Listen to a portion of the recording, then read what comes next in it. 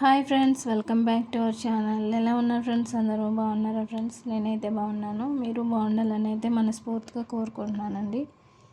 ఇక్కడ వచ్చి ఈరోజు అంటే సాటర్డే నేనైతే ఇక్కడ బెండకాయ పకోడీ కింద వేసానండి. సింపుల్గా టేస్టీగా, అంటే పిల్లలకి ఎప్పుడు ఒకేలా కాకుండా బెండకాయ ఎప్పుడు బెండకాయ పులుసు అలాగే కాకుండా పప్పులోకి కానీ పప్పుచారులోకి కానీ మనం ఇలా ప్రిపేర్ చేస్తే పిల్లలకి బాగా నచ్చుతుందండి.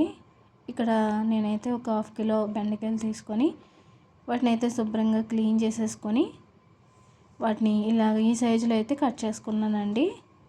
చిన్న ముక్కల కింద కాకుండా కొంచెం పెద్ద సైజు ముక్కలు ఇలా కట్ చేసుకున్నాను.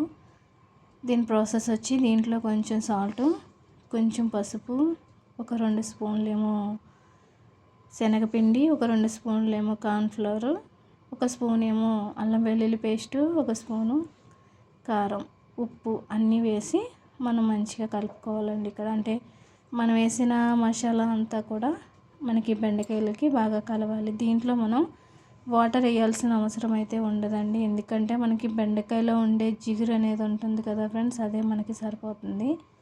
కాబట్టి దీంట్లో వాటర్ అయితే వేసుకోవాల్సిన అవసరం అయితే ఉండదు.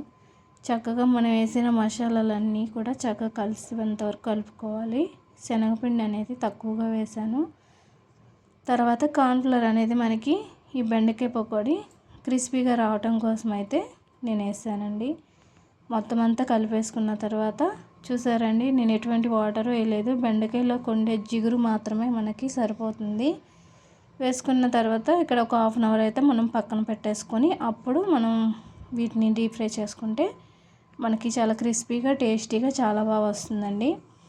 ఇక్కడ నేనైతే ఇదిగోండి ఒక 1/2 అవర్ పక్కన పెట్టుకున్న తర్వాత మీకు చూపిస్తున్నాను. చూసారండి, మనకి బెండకాయలో ఉండే జిగురు ఉంటుంది కదా ఫ్రెండ్స్, అదైతే మనకి కరెక్ట్గా మసాలాలన్నీ కూడా కలుస్తాయి.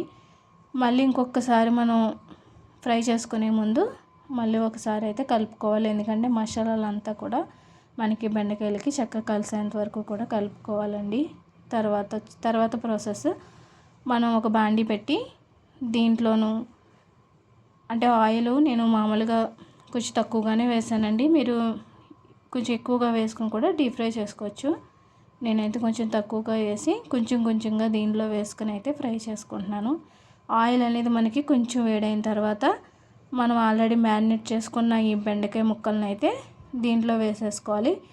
మనకి త్వరగా అయిపోవాలి అనుకుంటే మీడియం ఫ్లేమ్లో పెట్టుకుంటే మనకి చాలా త్వరగా అయిపోతాయండి. ఇక్కడ చూసారండి, మనకి చాలా అంటే మంచి గోల్డ్ కలర్లో వచ్చేదాకా వీటిని అయితే మనం ఫ్రై చేసుకోవాలి. ఇక్కడైతే నాకు ఫ్రై అనేది మంచి కలర్ వచ్చింది. చూసారండి, మనం కార్న్ఫ్లవర్ వేయడం వల్ల మంచి క్రిస్పీ కూడా వస్తాయి ఇవి.